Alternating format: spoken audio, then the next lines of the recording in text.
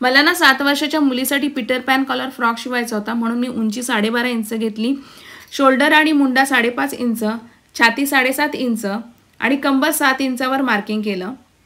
नंतर मुंड्याला आकार दिलेला आहे, गळा रुंदी 2 इंच आणि गळ्याची खोली 4.5 इंच घेतली आणि गोल आकार देऊन घेतला त्याला आणि आपला फ्रंट पार्ट मी कटिंग करून घेतला, तसंच बॅक पार्ट पण कट केलेला आहे। आता हे मेन कपड्यावर मी कट करून घेतलं दोन्ही भाग आणि तसंच आपण आपल्याला खाली घेर 20 इंचाचा टाकलेला आहे। ह्या टोटल फ्रॉकची उंची 30 इंच आहे। आता आपण पीटर पॅन कॉलर तयार करायला घेऊया।